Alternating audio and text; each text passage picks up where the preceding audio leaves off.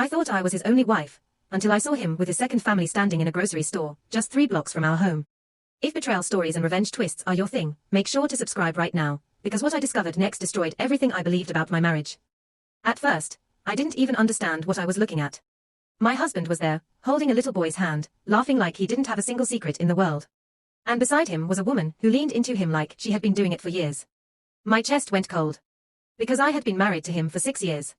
I had dinner waiting for him every night. I had celebrated his promotions, his business trips, his late nights.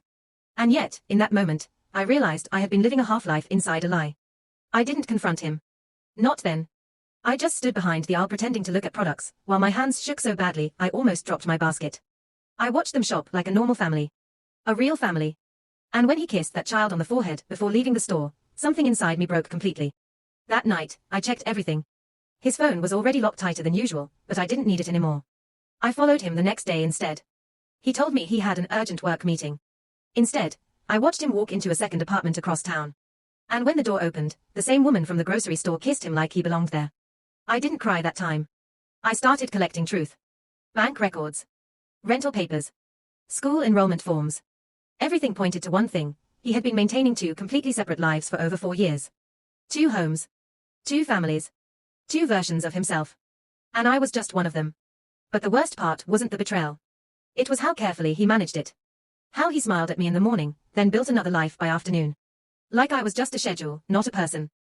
That's when I stopped being his wife emotionally. And started becoming something else. I didn't explode. I didn't scream.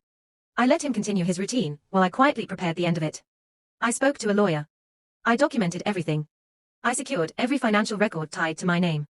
And I waited for the perfect moment when all his lies were still standing, just before collapse. That moment came on a Saturday evening. I invited him to dinner. He came home relaxed, unaware, acting like nothing in his world could break. He even kissed my cheek at the door. I smiled back. And when he sat down, I placed the printed documents in front of him. Photos. Addresses. Bank transfers. His second family's school records. Everything. At first, he laughed. Like it was a misunderstanding. Then I said the one sentence that wiped the smile off his face. I already spoke to her. Silence. Because I hadn't just exposed him. I had told his second wife everything too. By the time the night ended, both of his worlds had collided in the same room he used to call safe. She arrived first, confused and shaking. Then she saw him. Then she saw me. Then she understood, and for the first time in years, he had nothing to say. No lies left, no escape. No version of himself to hide behind. Just 2 families staring at the same man, realizing they had both been living inside his betrayal. I didn't raise my voice. I didn't need revenge in anger, because the moment I stood up and left that house, I wasn't losing a husband, I was closing